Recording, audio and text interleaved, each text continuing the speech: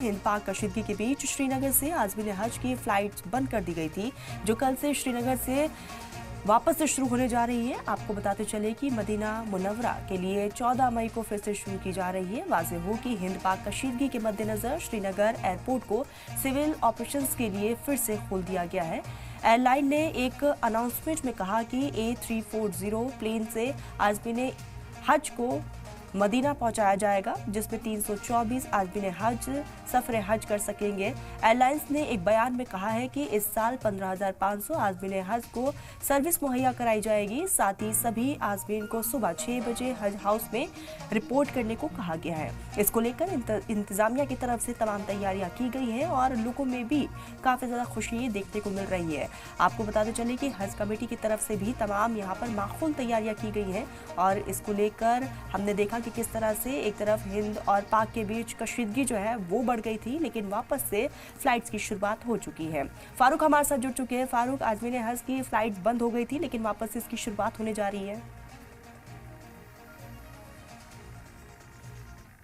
हज flight resume होगी और 4 मई को पहली उड़ान भरी थी हज, जिसमें जो यात्री थे उसको उन्होंने ले जाया गया था और उसके बाद अभी तक फ़िलहाल जो एस्केलेशन हुई इंडिया पाकिस्तान के बीच, तो तब से लेकर जो भी हज फ्लाइट्स थी वो कैंसिल हुई और अब जो ऑपरेशन है वो फिर से कल शुरू किया जा रहा है। और सिपाही जेट में आज जो सूचना दी है कि कल 2 फ्लाइट्स उड़ान भरेगी, जिसमें 324 आज़मीन हज सब्र महमूद की ओर जाएंगे और मदीना के लिए डायरेक्ट फ़्लाइट होगी। तो इसमें सभी हाजियों को कहा गया है कि वो कल श्रीनगर के हज हाउस में 6 बजे रिपोर्ट करें और उसके बाद 8 बजे वहाँ से उनको रवाना किया जाएगा। इसी तरह से दूसरा काफ़िला जो है वो 10 बजे उनको कहा गया कि वो हज हाउस पहुँचे और उसके बाद वहाँ से वो आगे उनको एयरपोर्ट की ओर जो है रवाना किया जाएगा।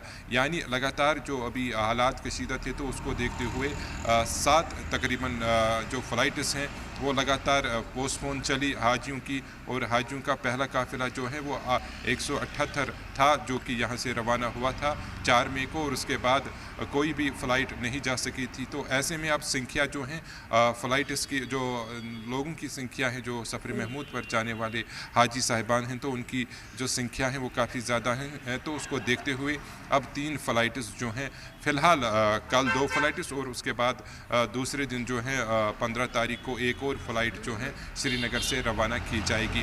तो इसी तरह से हम देख रहे हैं कि जो भी दूर दराज इलाकों में लोग रहने वाले हैं तो उनको भी कहा गया है कि वो 15 तारीख को तैयार रहें और श्रीनगर के एयरपोर्ट पे सुबह 6 बजे जो है रिपोर्ट करें। उनके बाद उनकी भी फ़्लाइट जो है श्रीनगर से रवाना होगी और इस सिलसिले में श्रीनगर के हज हाउस में तमाम तर तैयारियाँ मुकम्मल कर दी गई हैं।